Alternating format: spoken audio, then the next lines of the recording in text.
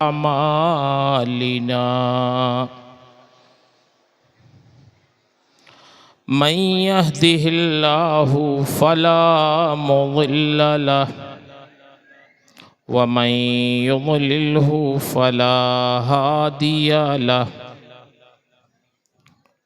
ونشهد أن لا إله إلا الله وحده لا شريك له ونشهد أن سيدنا ومولانا محمدا عبده ورسوله صلى الله تعالى عليه وسلم. أما بعد فأعوذ بالله من الشيطان الرجيم. بسم الله الرحمن الرحيم.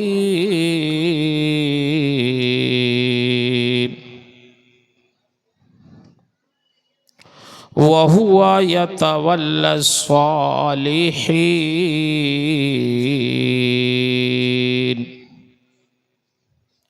آمنت بالله صدق الله العظيم وصدق رسوله النبي الأمين المكين الكريم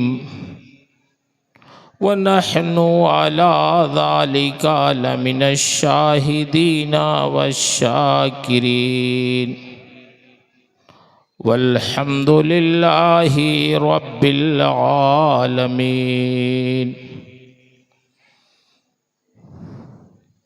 انتہائی عقیدت و محبت اور احترام کے ساتھ بارگاہ رسالت مآب صلی اللہ تعالی علیہ وسلم میں درود شریف کا نذرانہ پیش کریں.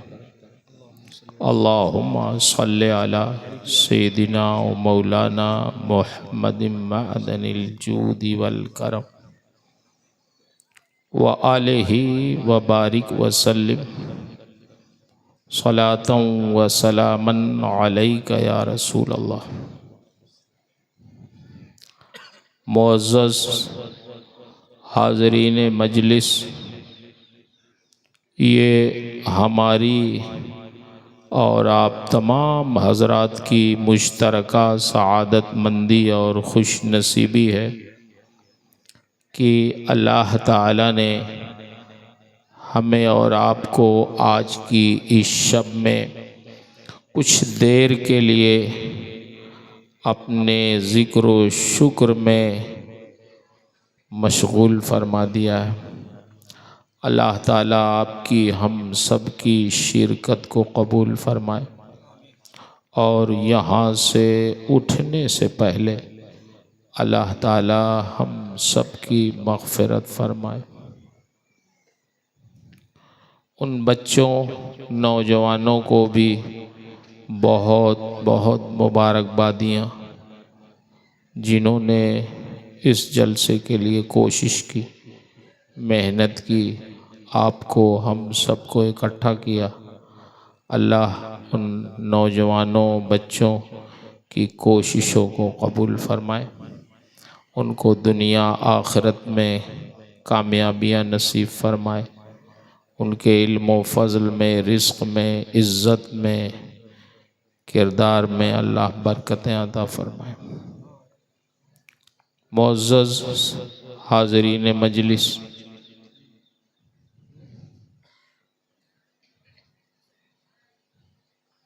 ہم اور آپ دنیا میں رہتے ہیں جو دنیا دار العمل ہے. یہ دنیا دار الجزا نہیں ہے. کبھی کبھی اللہ تعالیٰ عبرت کے لیے جزا دے دیتا، لیکن یہ دار العمل ہے، کوشش کی جگہ ہے. جد و جہد کی جگہ ہے، محنت اور صبر و تحمل کی جگہ ہے۔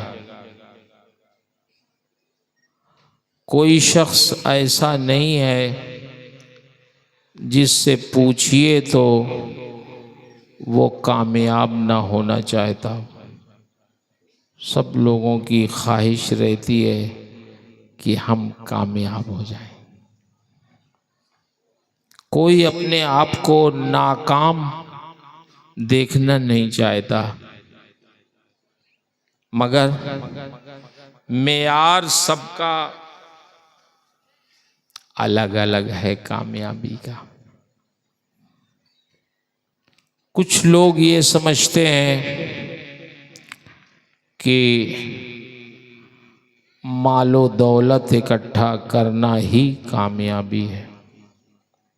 صبح سے شام تک وہ ایسا لگے رہتے ہیں کہ نہ ان کو کسی رشتے کا خیال ہے، نہ اللہ کے حقوق کا خیال ہے، بس کام کام کام، پیسے پیسے پیسے۔ وہ سمجھتے ہیں کہ نوٹ اکٹھا کرنا یہی کامیابی ہے۔ قرآن پڑھیں۔ حضرت موسیٰ علیہ السلام کے زمانے میں ایک شخص تھا جس کا نام قارون تھا۔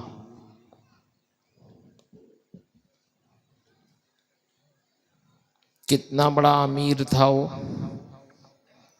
میرے خیال سے اس کو خود بھی نہیں معلوم تھا کتنا خزانہ۔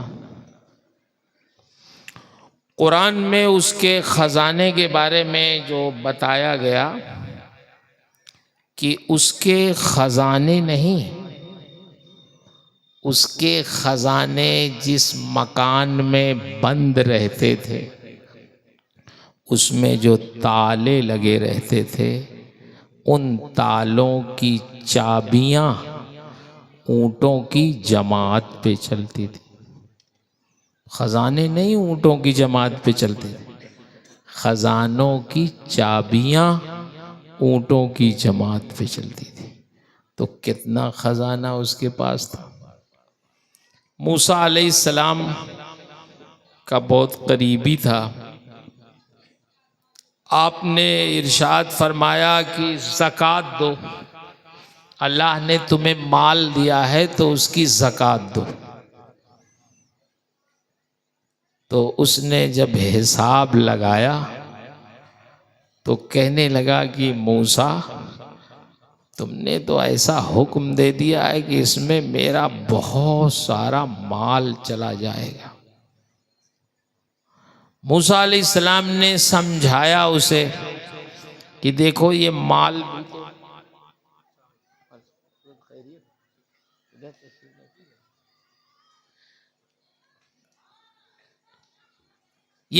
بھی تو اللہ ہی کا دیا ہوا ہے، اسی کی راہ میں زکوٰۃ بھی دینا ہے، اس کا حق ادا کرنا ہے، نکالو۔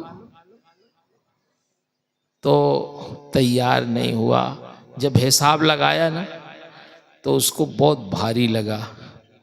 تو اگر زکوٰۃ نکالنے میں کبھی بھاری لگے، آپ کے پاس دولت بہت ہے اللہ کے فضل سے، ایک بار نکالنے میں آپ کو بوجھ لگے تو سال بھر تک زکوٰۃ تھوڑی تھوڑی نکال کے لوگوں کو دیتے رہیے تاکہ سال میں زکوٰۃ ادا ہو جائے گی۔ ہمارے علماء کرام تشریف فرما، ادا ہو جائے گی۔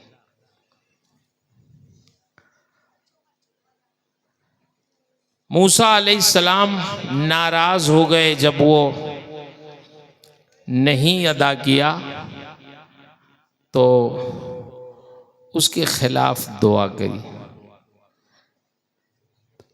اللہ تعالیٰ نے اس کو زمین میں دھسا دیا۔ لیکن جب وہ دھسنے لگا تو اس نے کہا کہ موسیٰ یہ تو بہت تم نے چالاکی کا کام کیا کہ مجھے بد دعا کر کے زمین میں دھسا دے رہے ہو تاکہ میرا سارا مال تم لے لو۔ ایکو بھی ہے اس میں بابو؟ ایکو ہے؟ ایکو ختم کر دیں. جب شورائے کرام تشریف لائیں تب پھر ایکو لگاؤ. ایک دم سادہ کرو بھائی. اچھا کیا کہا کہ آپ نے اچھا طریقہ نکالا. میں تو اب دھنس رہا ہوں زمین میں، تو اب سارا مال آپ کا ہو جائے گا. اللہ نے فرمایا اس کا خزانہ بھی اس کے سر پہ رکھواؤ، خزانے کے ساتھ اس کو دھنسا دیتے. تو قارون اکیلے نہیں دھنسا، خزانے کے ساتھ وہ چلا گیا. بہت دولت تھی اس کے پاس، لیکن مجھے آپ بتائیں کیا قارون کامیاب تھا؟ کامیاب لوگوں کی لسٹ میں نام ہے اس کا؟ اگر وہ کامیاب ہوتا تو لوگ اپنے بیٹے پوتے نواسوں کا نام قارون ضرور رکھتے، کیونکہ لوگ کامیاب لوگوں کا نام رکھنا چاہتے. اور کوئی اپنے بیٹے پوتے نواسے کا نام قارون نہیں رکھتا. اس کا مطلب یہ ہے کہ قارون دنیا میں کامیاب نہیں. اس کا مطلب یہ ہوا کہ دولت اکٹھا کرنا یہ کوئی ضروری نہیں ہے کہ آدمی کامیاب ہو جائے. بولیے بات سمجھ میں آ رہی ہے؟ ہمارے ڈوبھا کے لوگ کیوں نہیں سمجھیں گے؟ اتنا بڑا مدرسہ، اتنے علماء، اتنے لوگ فارغ ہو کے یہاں سے گئے، یہ پڑھے لکھے لوگ ہیں الحمدللہ. ہم لوگ تو پہلے بچپن میں امر ڈوبھا جلسہ سننے آتے تھے جب جامع مسجد کے پاس ہوتا تھا. یہ لوگ تو پیدا بھی نہیں ہوئے تھے، کیا جانیں گے؟ جو بزرگ لوگ ہیں وہ سمجھتے ہیں کہ پورے امر ڈوبھا میں اس وقت تیوہار کا سما ہوتا تھا. بچیاں اپنے سسرال سے امر ڈوبھا آتی تھیں جلسے میں، گویا ایک تیوہار تھا وہ. اب وہ ایسا جلسہ اس علاقے میں کہیں نہیں ہوتا. آپ نے دیکھا کہ نہیں جلسہ؟ اب بھی بعد میں پیدا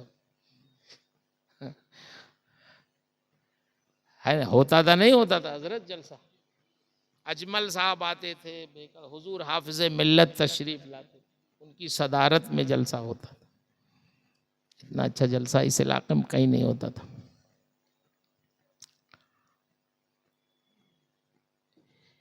اس کی ایک نظیر اور میں آپ کو سمجھاؤں، واقعہ ہے، حقیقت. بہت سارے لوگ مال و دولت کو ایسی کامیابی سمجھتے ہیں کہ وہ کسی سے سیدھے سے بات نہیں کرتے.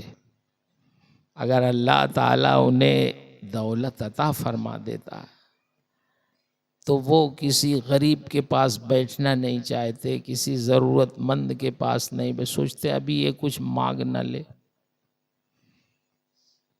مزاج ہمارا آپ کا بدل جاتا. لیکن میرے بھائی اخلاق ہی کام آتا. ایک صاحب کو ان کے دشمنوں نے، وہ نواب صاحب تھے، زمیندار تھے بہت بڑے، دشمنی میں مار دیا، مر گئے. وہ ان کو ایک دریا میں پھینک دیا. وہ کئی دن گزر گئے، جب ان کی لاش پھول گئی، اوپر آ گئی، تو بہتے بہتے بہت دور کنارے لگی. ایسی ہو گئی تھی کوئی پہچان نہیں پا رہا تھا انہیں. پولیس نے اسے نکالا، دیکھا شکل و صورت سے تو مسلمان لگتے تھے، تو قریب میں آبادی تھی مسلمانوں کی.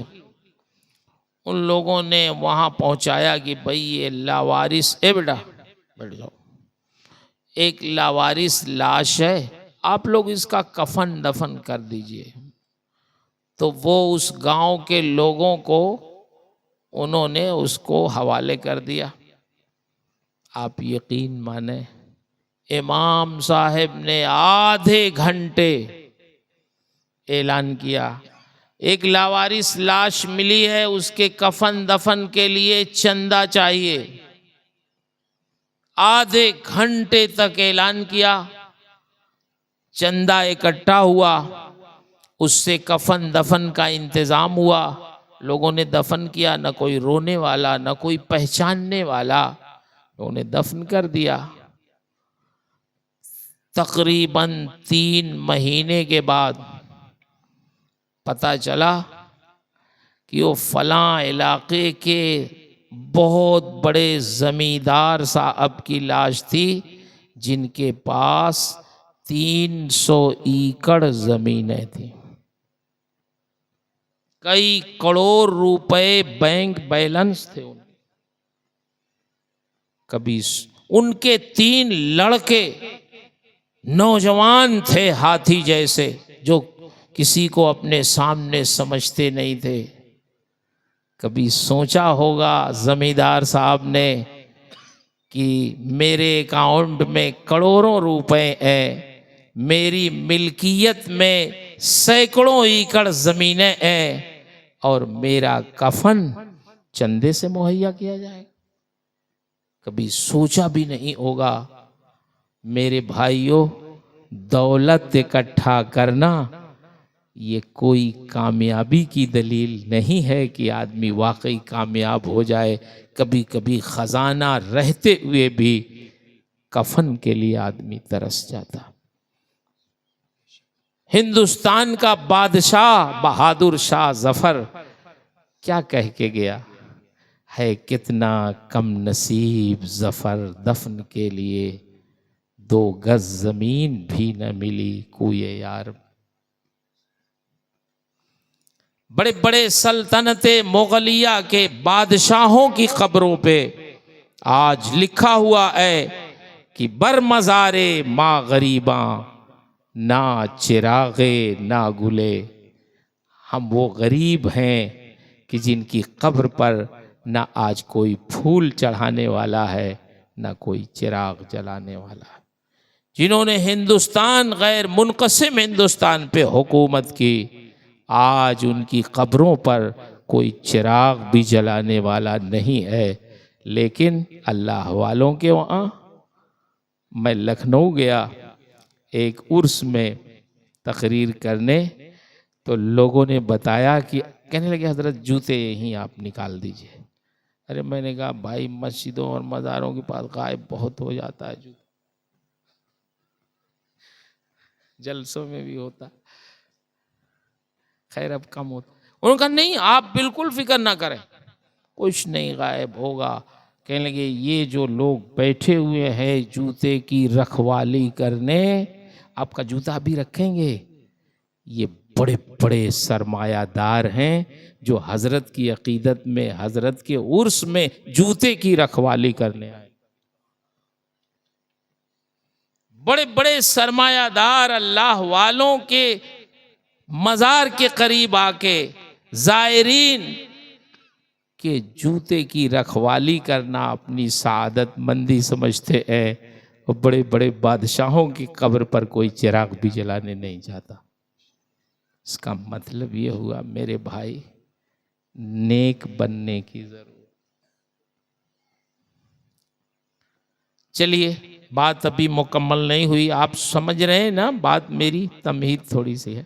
ویسے میں بہت تمہید والی تقریر نہیں کرتا ہوں، لیکن آج کچھ آپ کو سمجھانا چاہتا ہوں.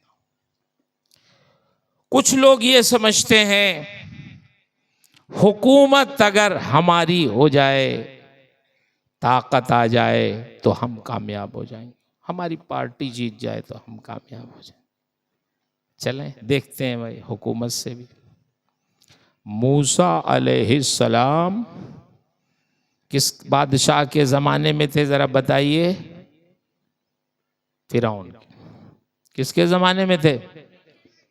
فرعون کے. اور تھوڑا سا آپ کو تفصیل بتا دیں، فرعون بہت ظالم بادشاہ تھا. اس سے کسی نجومی نے کہہ دیا کہ بنی اسرائیل میں اس سال ایک بچہ پیدا ہوگا جو تیری حکومت کا تختہ پلٹ دے گا.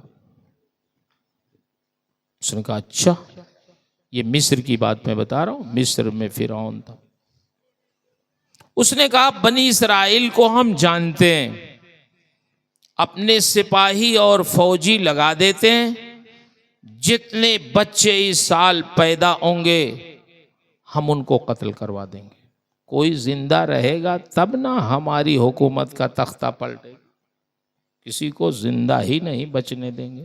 بادشاہ سلامت تھے بھائی، حکومت تھی، طاقت تھی، لگا دیا. اسی سال واقعی حضرت موسیٰ علیہ السلام کو پیدا ہونا تھا. وہ اپنی ماں کے شکم میں تھے. جب پیدائش کا وقت ہوا ان کی ماں کو بہت تکلیف ہوئی، یا اللہ اگر کہیں بیٹا پیدا ہوا تو فرعون تو قتل کروا دے گا. ظاہر ہے کوئی ماں اس کو کیسے برداشت کر سکتی ہے کہ اس کے بیٹے کو اس کے سامنے ذبح کر دیا جائے. اللہ فرماتا ہے وَأَوْحَيْنَا إِلَىٰ أُمِّهِ، ہم نے موسیٰ کی ماں کے دل میں ڈالا. وہی کسی غیر نبی کو نہیں آ سکتی. قرآن میں وحی کا لفظ ہے، لیکن مراد ہمارے بزرگ علماء کرام مخدوم گرامی مرتبت حضرت علامہ مولانا امام علی صاحب قبلہ مدظ اللہ العالی شیخ الحدیث دارالعلوم متحد اہل سنت تنویر الاسلام تشریف فرما. مخدوم گرامی مرتبت حضرت علامہ مولانا حیدر علی صاحب قبلہ اشرفی تشریف فرما. مخدوم گرامی حضرت مولانا اقبال صاحب بیٹھے ہوئے، اور بہت سارے ہمارے محب گرامی وقار مولانا محفوظ صاحب، اور بھی بہت سارے علماء. آپ غور کریں، وہی کسی غیر نبی کو نہیں، وہی صرف نبی کے پاس آتی. اللہ فرماتا ہے ہم نے موسیٰ کے ماں کو وحی کی، یعنی ان کے دل میں القا فرما، دل میں ڈال دیا. کیا ڈالا؟ اللہ نے حضرت موسیٰ علیہ السلام کی والدہ کے دل میں ڈال دیا کہ ڈرنا نہیں، سن لڑکا پیدا ہوگا،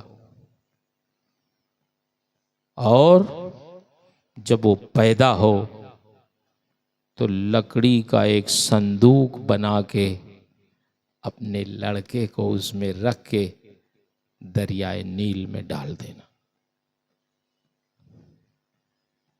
ہم اس کی حفاظت کریں گے، اس کو نبی بنائیں گے، اس لڑکے کو رسول اور پیغمبر بنائیں گے، اور پھر تمہاری طرف واپس لوٹا دیں گے. ڈرنا نہیں. یہ قرآن کی آیت کا ترجمہ میں کر رہا ہوں. موسیٰ علیہ السلام کی ماں نے جب موسیٰ علیہ السلام پیدا ہوئے تو لکڑی کا صندوق بنوا کے اس میں رکھ کے پتھر سینے پہ رکھ کر دریا میں ڈال دیا. کوئی ماں اپنے بیٹے کو دریا میں ڈالے گوارا کرے گی؟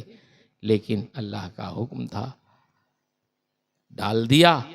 اور وہ صندوق بہتے بہتے فرعون کے محل ہی میں جا کے پہنچ گیا. جہاں سے خطرہ تھا وہیں پہنچ گیا.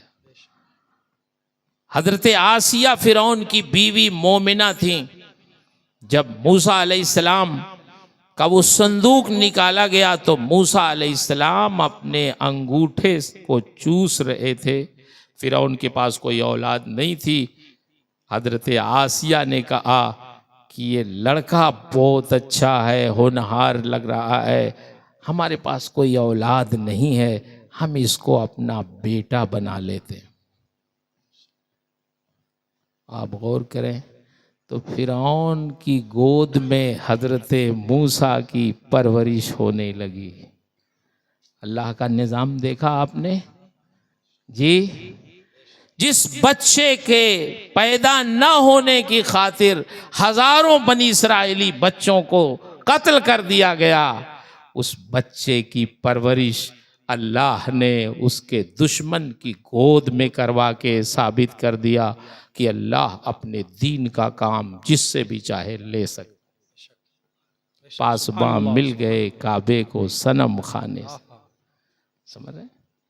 میں اس لیے اس بات کی تناظر میں یہ بات اکثر کہتا ہوں، کوئی مدرسہ چلاتا ہو، کوئی مسجد کا متولی ہو، کوئی کسی تنظیم کا صدر ہو، کوئی رفاہی کام کرتا ہو، تو اترائے نہیں کبھی کہ میں اس مسجد کا متولی ہوں، میں نہیں دیکھ رہا کروں گا تو یہ نہیں چل پائے گی مسجد، اس کا نظام نہیں چل پائے گا، میں مدرسے کا ناظم ہوں، متولی ہوں، میں صدر ہوں، میں نہیں چلاؤں گا تو مدرسہ نہیں چلے گا، میں اس تنظیم کا صدر ہوں، میں چھوڑ دوں گا تو تنظیم ختم ہو جائے گی۔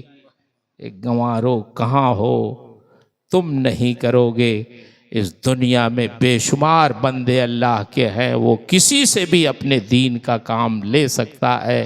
جب حضرت موسیٰ کی پرورش وہ فرعون کی گود میں کروا سکتا ہے تو اپنے دین کا کام اس سرزمین پر کسی سے بھی لے سکتا ہے۔ بے شک حق ہے، سبحان اللہ سبحان اللہ۔ کبھی ہمارا آپ کا دماغ خراب نہیں ہونا چاہیے، ہم نہیں کریں گے تو کام نہیں ہو۔ ارے آپ جیسے لوگ بہت ہیں، شکر ادا کرنا چاہیے کہ اللہ رب العزت کا فضل ہے کہ اس دنیا میں بے شمار اس کے بندے ہیں، وہ اپنے دین کا کام کسی سے بھی لے سکتا ہے، لیکن اللہ کا شکر ہے کہ وہ دین کا کام ہم سے لے رہا ہے، ہمیں توفیق دے رہا ہے۔ شیخ سعدی فرماتے ہیں، منت منے کی خدمت سلطان امی کنی، منت ازو شناس کی بخدمت گزار۔ کبھی تمہیں احسان مت جتاؤ کہ تم بادشاہ کی خدمت کرتے ہو، نہیں، بادشاہ کا احسان مانو کہ بادشاہ نے تمہیں اپنا خادم بنا لیا ہے، تمہیں خدمت کا موقع دے دیا۔ تو اگر کبھی ہم لوگوں سے کوئی کام ہو جائے تو اس پہ یہ نہیں سوچنا چاہیے کہ ہم کرتے ہیں، نہیں کریں گے تو نہیں، بالکل نہیں۔ اللہ کا شکر ادا کریں ہمیشہ کہ اللہ کے بے شمار بندے اس آبادی میں ہیں، دنیا میں ہیں، اپنے دین کا کام کسی سے بھی لے سکتا تھا، ہم کو عزت بخشی ہے تو ہمیں سعادت مندی کے ساتھ یہ کام کرنا چاہیے، تب شیطان کے حربے سے ہم اور آپ بچ جائیں گے۔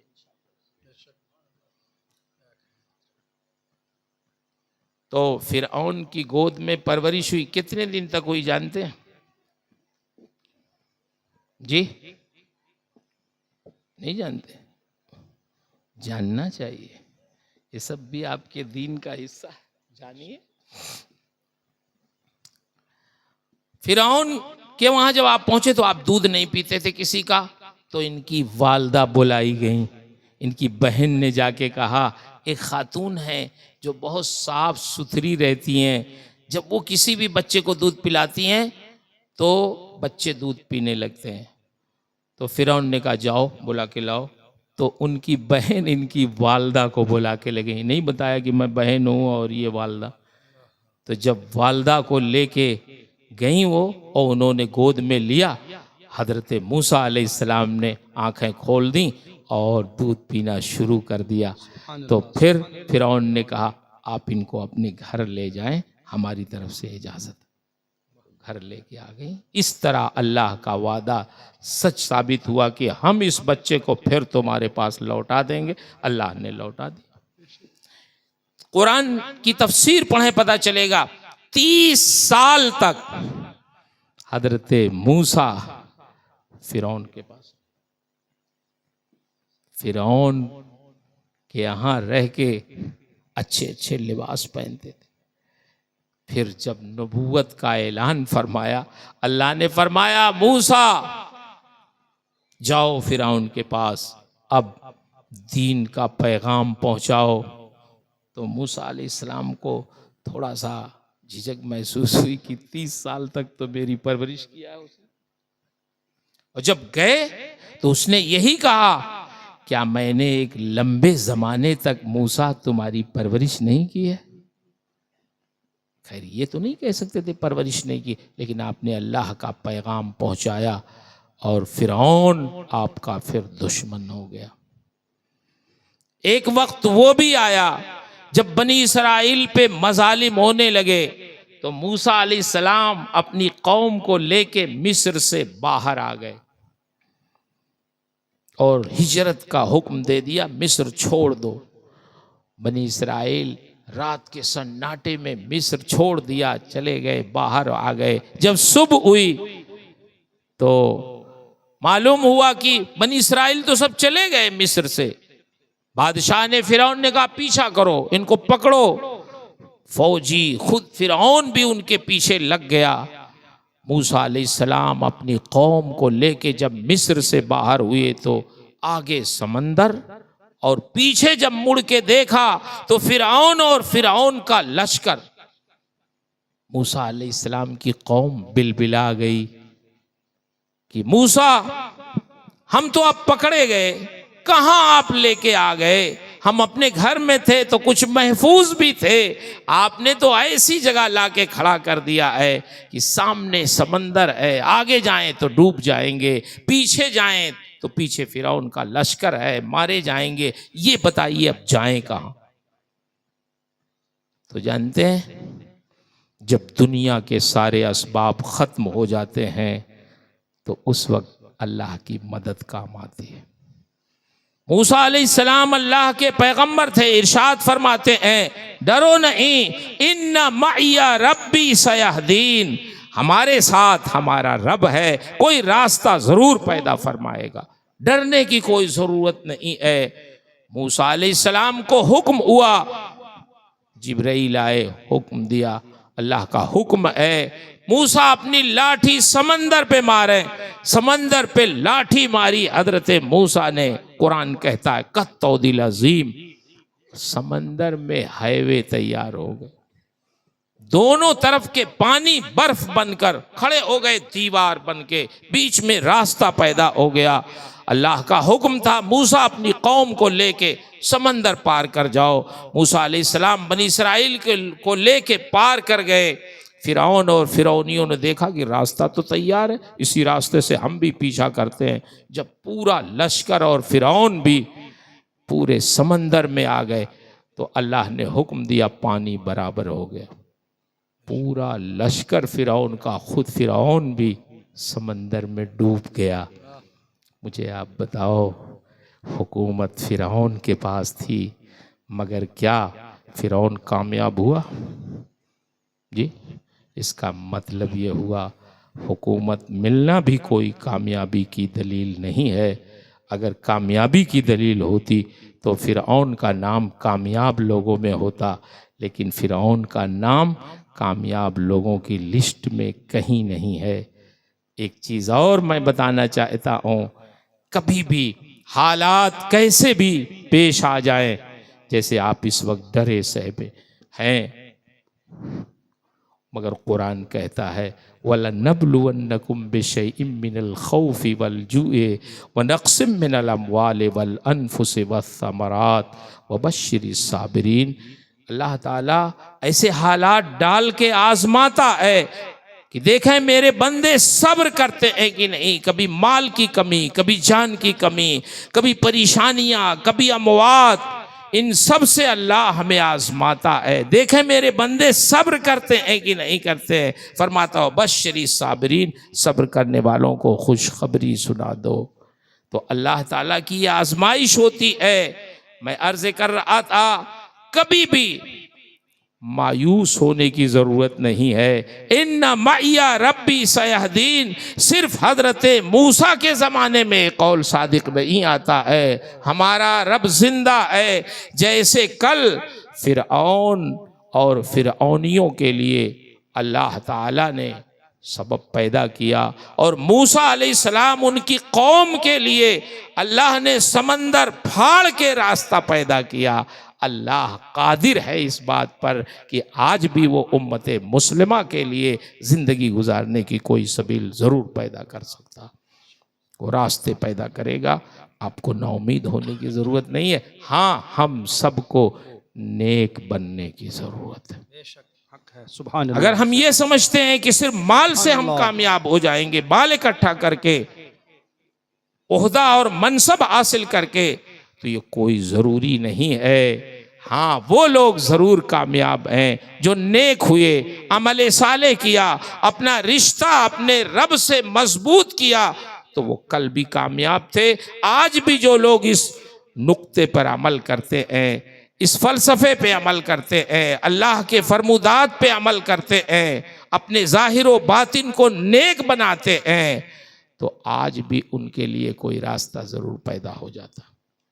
اللہ ارشاد فرماتا ہے وَمَن يَتَّقِ اللَّهَ يَجْعَل لَّهُ مَخْرَجًا، جو اللہ سے ڈرتا ہے، ڈرنے کا مطلب یہ ہے گناہوں سے بچتا ہے، اللہ کے خوف سے گناہوں سے بچتا ہے، اللہ تعالیٰ اس کے لیے کوئی راستہ ضرور پیدا کر دیتا ہے. اور رزق کے معاملے میں حالات جتنے بھی خراب ہو، نا امید نہ ہو. وَيَرْزُقْهُ مِنْ حَيْثُ لَا يَحْتَسِبْ، اللہ ان کو روزی وہاں سے عطا فرماتا ہے جہاں سے بندے کو وہم و گمان بھی نہیں ہوتا. آپ نے قرآن مقدس میں حضرت یوسف کا واقعہ پڑھا ہوگا، 12ویں پارے میں پڑھیے.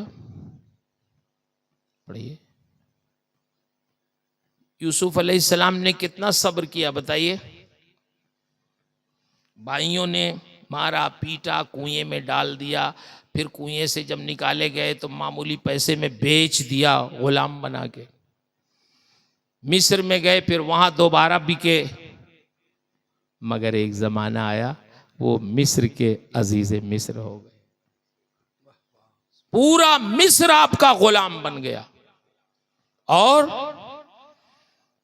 نیکیاں ان کی اللہ اکبر آج بھی ہو جو براہیم سا ایماں پیدا، آگ کر سکتی ہے اندازے گلستاں پیدا. سبحان اللہ، زندہ آواز. حضرت یوسف علیہ السلام کو جب حضرت زلیخا نے اپنی طرف بلایا، نیت بہت اچھی نہیں تھی، اپنے محل میں بلایا. 7 دروازے تھے. کتنے دروازے؟ 7 دروازوں کے اندر جب بھی دروازے سے آپ داخل ہوتے تو ایک آدمی اس میں تالا لگا دیتا. زلیخا تالا لگوا دیتی اس میں، سرکاری تالا، بہت بڑا تالا. ارے ایک تالا بھی ایک نوجوان نہیں کھول کے بھاگ سکتا. یہ 7 دروازے، اس میں 7 تالے لگے ہوئے ہیں. اس کے 7 دروازوں کے اندر حضرت یوسف علیہ السلام. میں اپنے نوجوانوں سے مخاطب ہوں، آپ موبائل پر دوستی کرتے رہتے ہیں. کس سے کرتے ہیں؟ جانتے بھی نہیں ہیں. دوستی اس سے کرتے ہیں جن کو نہ کبھی دیکھا نہ کچھ، صرف آواز سن لی تو اس پہ لٹو ہو گئے. اور آج کل آپ جانتے نہیں ہو کتنے بچوں کو پھنسایا جاتا ہے. پتہ چلا کسی نابالغ بچی سے بات کر رہے ہیں، اس کے بعد مقدمہ ہوا، یہ ہوا، 1 لاکھ روپیہ دینا پڑا. بات یہ کرتے ہیں، پیسہ ماں باپ کو دینا پڑتا ہے. ہو رہا ہے نہیں ہو رہا ہے ایسا؟ تم لوگ تو ماں باپ کو پھنسا رہے ہو. اب ان کو کون سمجھائے، ان بچوں کو؟ اللہ اکبر. امریکہ میں 18 سال کے بچوں کے ہاتھ سے نہ کوئی دکاندار سگریٹ بیچ سکتا ہے، نہ شراب بیچ سکتا. اگر بیچ دے گا تو بیچنے والے کو ہتھکڑی لگ جائے گی، اس کی دکان سیل ہو جائے گی، لائسنس ضبط ہو جائے گا. تو کبھی کبھی جانتے ہیں کسی ایسے بچے یا بچی کو جس کی صحت بہت اچھی رہتی ہے، معلوم ہوتا ہے یہ 18 سال کے، تو وہاں کی پولیس خود ہی ان کو تیار کر کے دکان میں بھیجتی ہے، جاؤ ذرا شراب خرید کے لاؤ. دیکھ لیتے ہیں یہ 18 سال کے نہیں ہے. تو آدمی نے اگر توجہ نہیں کیا، دیکھا سمجھا یہ 18-20 سال کے ہوں گے بھائی، اور ان کو جیسے ہی سگریٹ یا شراب دیا اور دروازے پہ وہ پہنچے، پولیس فوراً پہنچ جاتی. کہتی آئی ڈی دکھاؤ، 18 سال کے نہیں ہیں، تو پہنچ جاتی ہے، ان کو ہاتھ کڑی لگا دیتی ہے بیچنے والے کو. کیسے آپ نے بیچ دیا اس کے ہاتھ؟ یہ تو 18 سال کا ہے ہی نہیں. تو کبھی کبھی اس طرح بھی لوگ آزماتے ہیں. تو موبائل پہ دوستی مت کیجیے، یہ بہت خطرناک دوستی ہے اور کبھی کبھی رسوا بھی کرتی ہے، پیسے بھی خرچ کرواتی ہے، آپ کے ماں باپ کا سکون بھی غارت کروا دیتی بھی۔ خود ہمارے یہاں علاقے ایسے ہی ہوا اور پولیس والوں کو بھی ملا، انہوں نے اچھے خاصے پیسے بنانے لگے اور بڑی مشکل سے راضی ہوئے، بار پھر بھی خرچ۔ تو میں اپنے بچوں سے گزارش کروں گا، نیک بنیے، دوستی ان لوگوں سے کیجئے جو اللہ کے نیک بندے ہیں، جو نمازی ہوں ان کے ساتھ رہیے، جو نیک ہوں ان کے ساتھ رہیے، تاکہ آپ بھی ان کے ساتھ نیک بن جائیں۔ میں عرض کر رہا تھا، حضرت یوسف علیہ السلام جب اندر گئے، 7 دروازے کے اندر ہیں آپ، زلیخا نے کہا ہے طلق، ادھر آؤ۔ یوسف علیہ السلام سمجھ گئے نیت اچھی نہیں ہے، آپ نے فرمایا معاذ اللہ، اللہ کی پناہ، جس کام کے لیے آپ بلا رہی ہو میں اس کے قریب نہیں جا سکتا۔ وہاں سے بھاگے۔ آپ کو معلوم تھا کہ 7 دروازے ہیں جو بند ہیں، تالے لگے ہوئے ہیں، مگر ہمت نہیں آ رہے، بھاگے۔ اس کا مطلب یہ ہے کہ مومن کو برائی سے بھاگنا چاہیے، کوشش کرنا چاہیے۔ جب بندہ کوشش کرتا ہے تو اللہ اس کے لیے کوئی راستہ بھی پیدا۔ سبحان اللہ، سبحان اللہ، زندہ باد۔ ہمت نہ آرے، برائیوں سے دور رہے، بھاگے اس سے۔ حضرت یوسف علیہ السلام بھاگے، کہاں آئے؟ دروازے کے پاس آئے۔ معلوم تھا کہ دروازے میں تالا لگا ہے، لیکن دیکھو اللہ کی قدرت، مدد دیکھو۔ جو شخص گناہوں سے بچنا چاہتا ہے، نیک بننا چاہتا ہے، رب العالمین اس کے لیے کوئی راستہ ضرور پیدا کر دیتا ہے۔ جیسے ہی دروازے پہ پہنچے، تالا کھل کے زمین پہ گر گیا، دروازہ آپ کے لیے کھل گیا۔ جس بھی دروازے پہ پہنچے، ہر دروازے کا تالا کھل کے زمین پہ گر گیا خود بخود، اور دروازہ آپ کے لیے کھل گیا اور آپ اس محل سے باہر آ گئے جہاں سے اندیشہ تھا برائی کا۔ اللہ نے یہ ثابت کر دیا کہ وَهُوَ يَتَوَلَّى الصَّالِحِينَ، جو اللہ کے نیک بندے ہیں اللہ ان کی ہر حال میں مدد فرمائے۔ ہم اگر چاہتے ہیں کہ اللہ ہماری مدد فرمائے، خاص کر اس نازک گھڑی میں جب سوائے رب العالمین کے کوئی آپ کا مددگار نہیں ہے، تو ہمیں اپنی خامیوں پہ نظر کرنا چاہیے، اپنی کوتاہیوں پہ نظر کرنا چاہیے، اور اپنے رب کے حضور حاضر ہو کر اس کا قرب چاہیے، اس کی نزدیکی چاہیے، اس کی محبت چاہیے، اس کے قریب ہو جائیں، نیک بننے کی کوشش کریں، تو ہمیں یقین ہے کہ اللہ آج بھی ہماری مدد فرمائے گا، کیونکہ اللہ کا وعدہ ہے وَهُوَ يَتَوَلَّى الصَّالِحِينَ، اللہ نیکوں کی مدد فرماتا ہے۔ تو اس لیے میں اپنے بچوں سے گزارش کروں گا، بالخصوص میں ابھی گھر آیا تھا، میرا گھر تو جانتے ہیں آپ یہی ہیں سسوا پکری میں، تو کوئی ماحول الگ نہیں ہے، قریب قریب امر ڈوبا میں داول سسوا پکری سب ایک ہی بات، ہم لوگ ایک ہی ماحول کے۔ لوگوں نے بتایا مولانا صاحب آپ تو یہاں رہتے نہیں ہیں، مبارک پور رہتے، مگر جانتے گاؤں کا حال کیا بات کہ یہ نوجوان جو ہے نا یہ اب بہت زیادہ بگڑ گئے۔ میں اپنے گاؤں کی بات کر رہا ہوں، آپ کو نہیں، شاید یہاں بھی ہو تو کوئی بات نہیں، بہت بگڑ گئے، ان کو کچھ سمجھائیے۔ جمعہ میں تھوڑی دیر وقت رہتا ہے تو سمجھایا، میں کیا بگڑ گئے ہیں بھائی؟ کہنے لگے پینے لگے، نشہ کرنے لگے، لا حول ولا قوت الا باللہ۔ تو مجھے ایک عورت، غیر مسلم عورت کی بات یاد آئی، یار بات صحیح کہہ رہی تھی۔ اس نے کہا اے مولوی صاحب، ارے خالی ہمارے ہی لوگ نہیں پیتے، ہم سے زیادہ آپ کے لوگ پیتے۔ عورت. میں نے کہا یا اللہ کیا مطلب؟ اللہ نے اپنے محبوب کے ذریعے جس شراب کو حرام قرار دے دیا، معلوم ہے آپ کو، عرب کے لوگ یورپ اور امریکہ سے زیادہ شراب پیتے تھے. جو علماء کرام تشریف فرما ہے، آج بھی عربی زبان میں شراب کے جتنے نام پائے جاتے ہیں انگریزی زبان میں شراب کے اتنے نام نہیں. حالانکہ آج یورپ امریکہ کے لوگ شراب بہت پیتے ہیں، وہاں شراب ہر دکان میں ملتی ہے. بلکہ جس شہر میں ہم لوگ رہتے تھے وہ شہر مذہبی کہلاتا تھا، تو اس میں شراب بکنے کی اجازت نہیں تھی.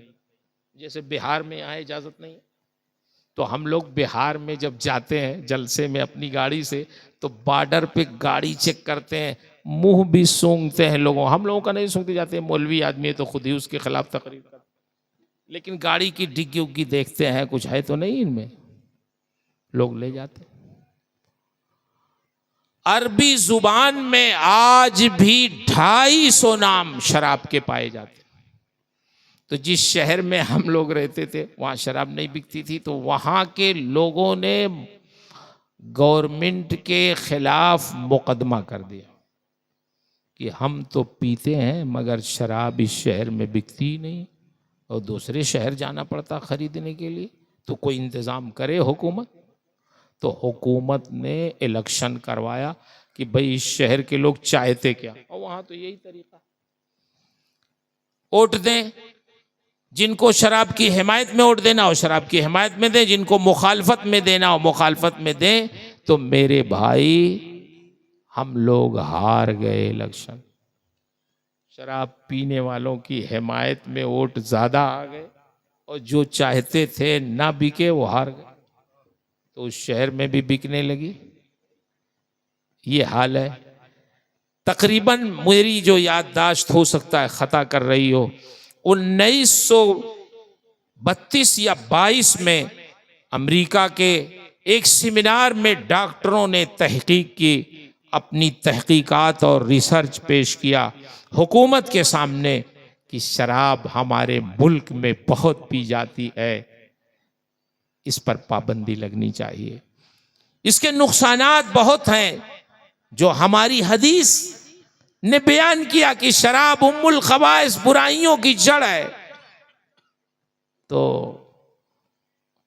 وہی باتیں انہوں نے اپنے انداز میں کہیں کہ شراب پینے سے انسان کی عمر کم ہو جاتی ہے، شراب پینے سے انسان کی بینائی کم ہو جاتی ہے، شراب پینے سے انسان کے رزق کی برکت ختم ہو جاتی ہے، شراب پینے سے انسان خسیس ہو جاتا ہے، اس کی عزت کا خاتمہ ہو جاتا ہے، بہت ساری برائیاں اس سے جنم لینے لگتی ہیں، گاڑیوں کا ایکسیڈنٹ بہت ہوتا ہے، قتل و غارت گری ہوتی ہے، بہت سارے نقصانات انہوں نے بتائے، اور حکومت سے درخواست کیا کہ شراب پہ پابندی لگنی چاہیے. حکومت نے کہا بھائی جب شراب کے اتنے نقصانات ہیں تو ہم پابندی لگا دیتے ہیں، کون سا مسئلہ. حکم جاری ہو گیا، شراب کے لائسنس ضبط کر لیے جائیں، فیکٹریوں پہ تالے لگا دیے جائیں. اب آج سے شراب نہ بنائی جا سکتی ہے، نہ لائسنس جاری ہوگا، نہ فیکٹریوں میں شراب بنے گی، دکانوں میں بکے گی، پابندی لگ گئی. میرے بھائیوں 5 سال تک بھی قانون نہیں چل سکا. حکومت نے تقریباً 3-4 سال کے درمیان سروے کیا، لاؤ دیکھیں ہم نے شراب پہ پابندی لگائی تو کتنا کامیابی ملی. پتا چلا پہلے شراب جتنی لوگ پیتے تھے اب اس سے زیادہ پینے والوں کی تعداد روڈ پہ نظر آتی ہے، گاڑیوں کا ایکسیڈنٹ اس سے زیادہ ہوتا ہے شراب کی وجہ سے. پہلے فیکٹریوں میں شراب تیار ہوتی تھی، اب ہر گھر میں شراب تیار ہو رہی، لوگ بنا رہے ہیں، پی رہے ہیں. حکومت نے کہا اچھا اس کا مطلب لوگ شراب نہیں چھوڑنا چاہتے، تو حکومت نے اپنا قانون واپس لے لیا کہ ہم نے عوام کے لیے قانون بنایا تھا، عوام نہیں چھوڑنا چاہتی ہے تو ہم اپنا قانون ان پہ مسلط نہیں کرنا چاہتے بلکہ اپنا قانون واپس لیتے ہیں. جس کی طبیعت چاہے شراب پیے، جس کی طبیعت چاہے نہ پیے، جس کو چاہیے لائسنس وہ واپس لے جائے، جس کو دکان کھولنی ہے وہ کھولے، جس کو فیکٹری چلانی ہے وہ چلائے. اب حکومت کی طرف سے کوئی ممانعت نہیں ہے. یہ ایک دنیا کا قانون تھا جو 5 سال تک نہیں چل سکا، لیکن 1400 سال پہلے ہمارے پیغمبر نے جب یہ آیت نازل ہوئی انما الخمر والمیسر والانصاب والازلام رجس من عمل الشیطان فاجتنبوہ، کہ یہ شراب اور جوئے یہ سب شیطانی کام ہے، ان سے تم بچو.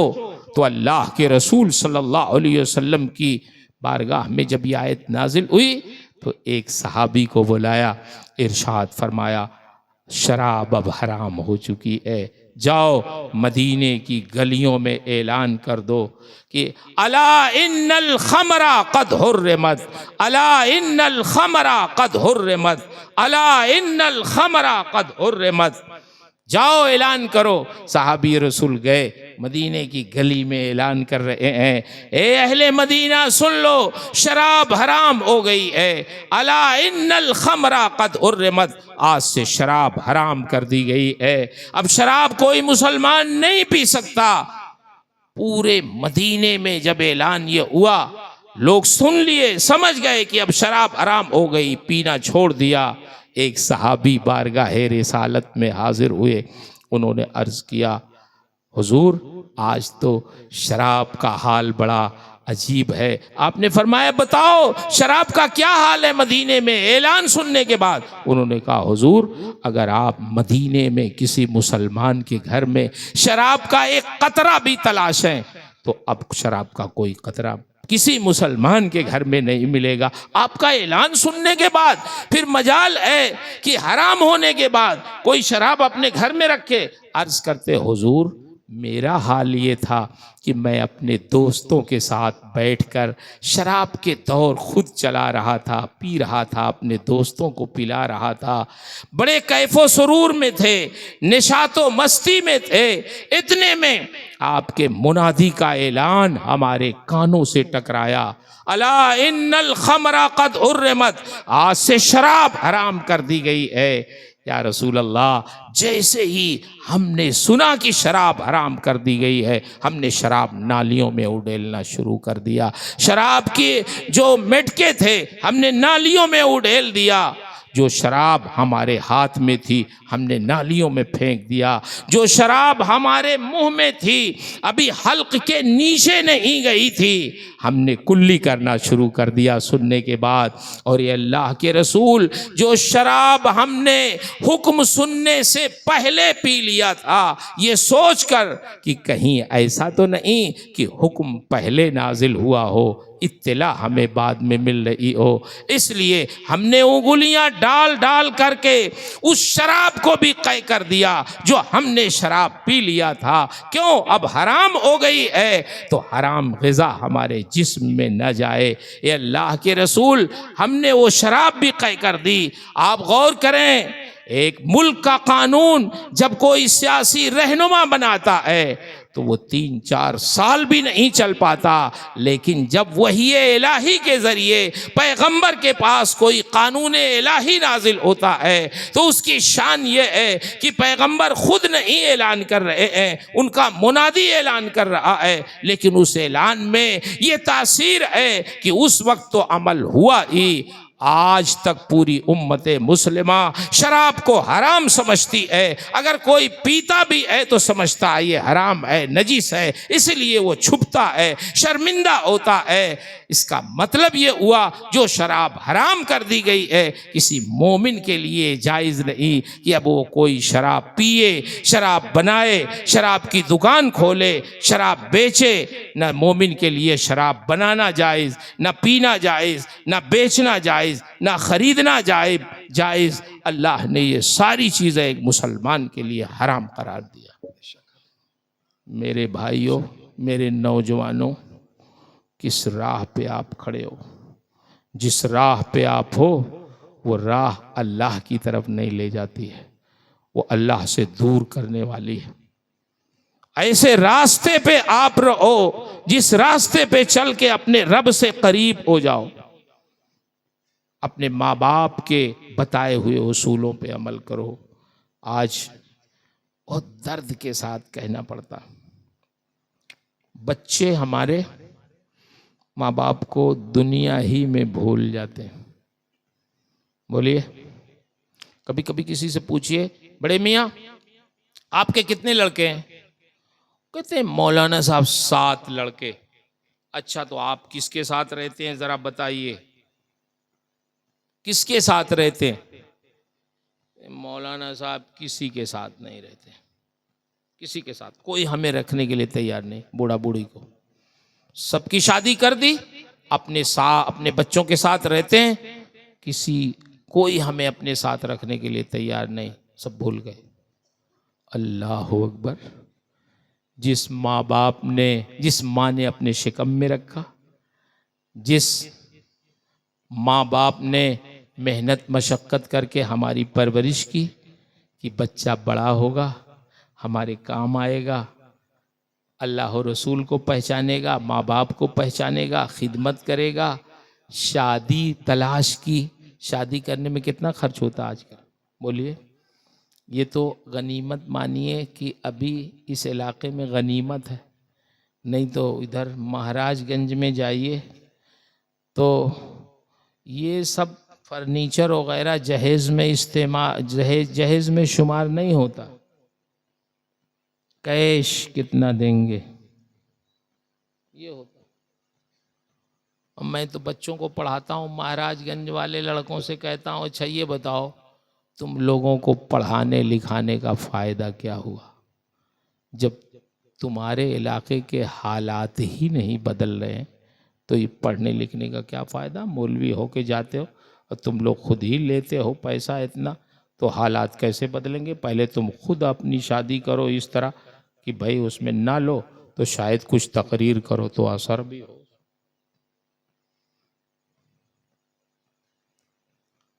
شادی بیاہ میں ماں باپ واقعی کبھی کبھی اپنے بچوں کے مقروض ہو جاتے ہیں، قرضدار ہو جاتے ہیں، لیکن قرضدار ہو کے بھی خوش ہوتے ہیں، چلو ہمارے بچے کی شادی ہو گئی ہے، لوگوں کو دعوت کرتے ہیں، کھلاتے ہیں، پلاتے ہیں، خوش ہوتے ہیں، خرچ کر کے خوش ہوتے ہیں۔ اور جب شادی کر دیا تو اب حضرت صاحب اس طرح اپنا الگ ہو گئے کہ ماں باپ کو بھول گئے۔ بولیے، مگر ماں باپ قرآن پڑھو تو سمجھ میں آتا ہے۔ اللہ اکبر! ماں باپ کی محبت اولاد کے ساتھ ایسی ہے کہ میرے نوجوان بچوں، دنیا تو دنیا ہے، آخرت میں بھی ماں باپ اپنی اولاد کو نہیں بھولتے۔ قرآن میں آیا ہے، ماں باپ جب جنت میں جائیں گے اللہ تعالیٰ ارشاد فرمائے گا جنتیوں سے، اے میرے بندو مجھے بتاؤ میں نے جو تم سے وعدہ کیا تھا جب تم دنیا میں تھے وہ وعدہ میں نے پورا کیا؟ بندے عرض کریں گے جنتی، ہاں اے مولا تو نے اپنا وعدہ بہت اچھی طرح پورا کیا، جنت میں ایسی نعمتیں تو نے رکھی ہیں کہ نہ کسی آنکھ نے ان نعمتوں کو دیکھا ہے، نہ کسی کان نے سنا ہوگا، نہ کسی دل میں ان نعمتوں کے بارے میں خیال گزرا ہوگا کہ وہ نعمتیں کیسی ہیں۔ اے اللہ تیری جنت کی نعمتوں کا حال یہ ہے، وَلَكُمْ فِيهَا مَا تَشْتَهِي أَنفُسُكُمْ، تیری جنت میں ایسی نعمتیں ہیں کہ دنیا میں کسی نے سوچا بھی نہیں ہوگا۔ دنیا کے تو بڑے سے بڑے 5 اسٹار ہوٹل میں بھی آپ چلے جاؤ، کھانے کے لیے آرڈر دینا پڑے گا، انتظار کرنا پڑے گا، پیسے خرچ کرنے پڑیں گے، پھر کھانا کچھ دیر کے بعد آئے گا۔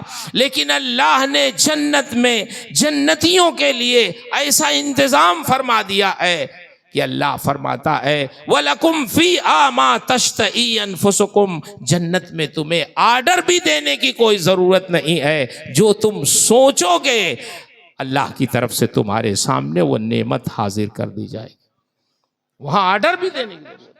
وہاں کوئی حکم دینے کی ضرورت نہیں ہے، وہ نعمت حاضر کر دیجئے۔ وَلَكُمْ فِيهَا مَا تَشْتَهِي أَنفُسُكُمْ، جو تمہارا دل چاہے گا وہ تمہارے سامنے نعمت حاضر کر دی جائے گی۔ یہ شان ہے جنت کی۔ جنتی عرض کریں گے اے مولا تیری جنت میں کوئی کمی نہیں ہے، ساری نعمتیں تو نے جنت میں ہمارے لیے اکٹھا فرما دیا ہے، مگر اے پروردگار ایک چیز جنت میں ہمیں نظر نہیں آ رہی۔ اللہ فرمائے گا میرے بندو کون سی نعمت تمہیں نظر نہیں آ رہی ہے؟ جنت میں میری کیا کمی ہے؟ بندے عرض کریں گے مولا ہماری اولاد بھی تو مومن تھی، مسلمان تھی، جنت میں وہ ہمارے بچے نظر نہیں آ رہے، کہاں ہے آخر؟ اللہ اکبر، ہم تو دنیا میں بھول گئے اپنے ماں باپ کو، مگر ہمارے ماں باپ جنت کی نعمتیں بھی پا کے ہمیں نہیں بھول رہے، ہمیں یاد کر رہے ہیں۔ اے اللہ ہمارے وہ بچے کہاں ہیں؟ جنت میں نہیں ہیں تو ہیں کہاں آخر؟ وہ بھی تو مسلمان تھے، کہاں ہیں؟ کاش اگر تیری جنت میں ہماری اولاد بھی نظر آ جاتی تو ہماری نگاہیں اپنی اولاد سے ٹھنڈی ہو جاتی۔ کاش ہم جنت میں انہیں دیکھ لیتے تو تیری جنت کی ساری نعمتیں مکمل ہو جاتی۔ کہاں ہیں ہمارے بچے؟ قربان جاؤ میرے بچوں، نوجوانوں، کیسی محبت ہے ماں باپ کو اپنی اولاد سے کہ وہ جنت میں پہنچ کر نعمتیں پا کے خوش ہو کے بھی ہمیں یاد کر رہے ہیں، اپنے رب کی بارگاہ میں درخواست کر رہے ہیں کہ کاش ہم اپنی اولاد کو جنت میں دیکھ لیتے۔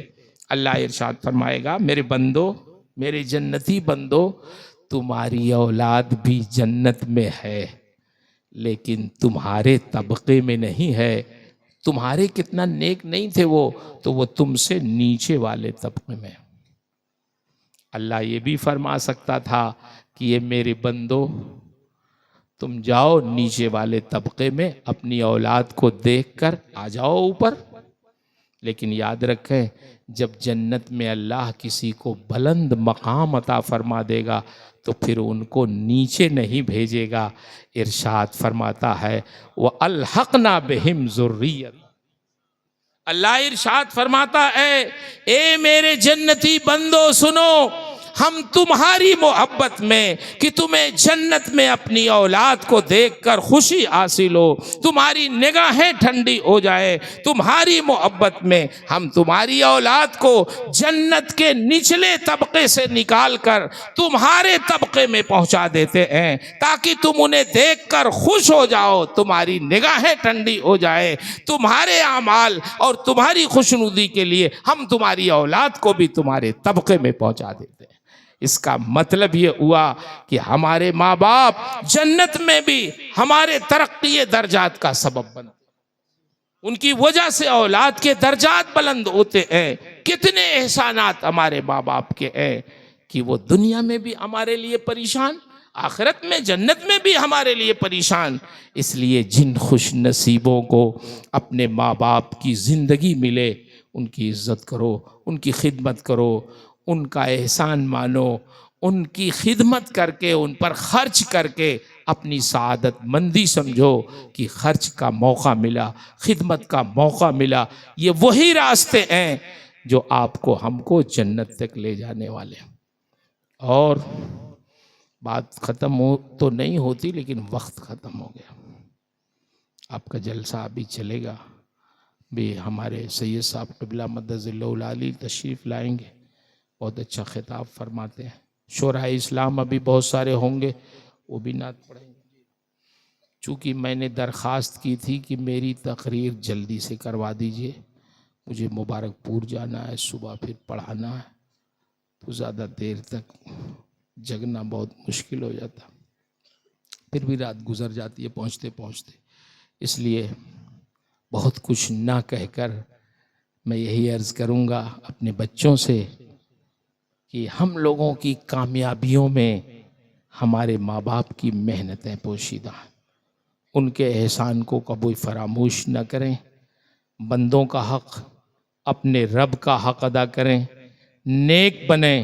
اللہ فرماتا ہے وَهُوَ يَتَوَلَّى الصَّالِحِينَ، اللہ نیکوں کی مدد کرتا ہے، بالخصوص اس وقت جن حالات سے آپ گزر رہے ہیں اپنے رب کی طرف لو لگائیں، اور کوئی آپ کا سہارا نہیں ہے، صرف رب العزت کی رحمت ہی ہمارا سہارا ہے۔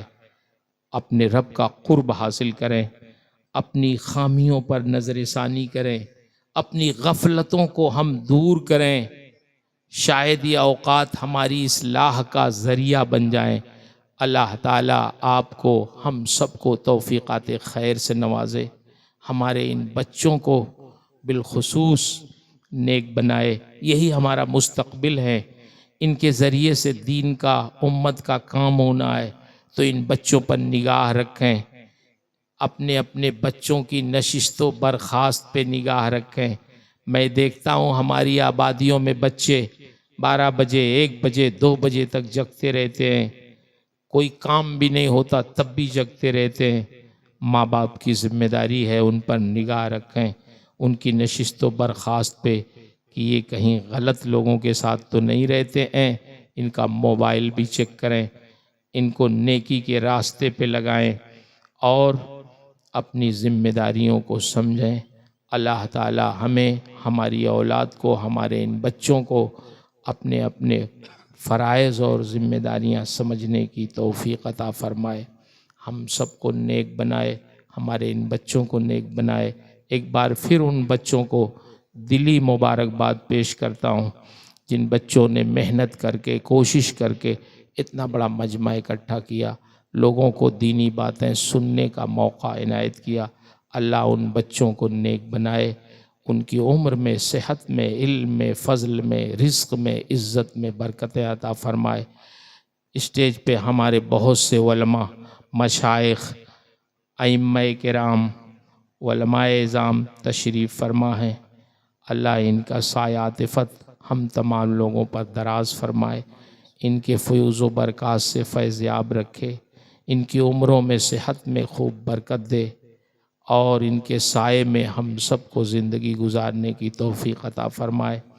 اس آبادی میں بہت بڑا دارالعلوم ہے جو ایک زمانے سے دین کی خدمت کر رہا ہے، اللہ تعالیٰ اس ادارے کو فروغ بخشے، اس کی دینی خدمات میں اور استحکام پیدا فرمائے، اور 4 چاند لگائے، اس کے اساتذہ، طلباء، اراکین، مخلصین، معاونین، سب کو اللہ اخلاص کے ساتھ دین کی خدمت کی توفیق عطا فرمائے، ہم سب کو مخلص بنائے۔ میں نے جو کچھ بھی عرض کیا، اس میں جو حق ہے، جو صحیح ہے، وہ سب میرے رب کی طرف سے ہے۔ میرے بیان میں، میری تعبیر میں، میرے سمجھانے میں، خود میرے سمجھنے میں جو غلطیاں ہیں، وہ سب میری طرف سے ہیں۔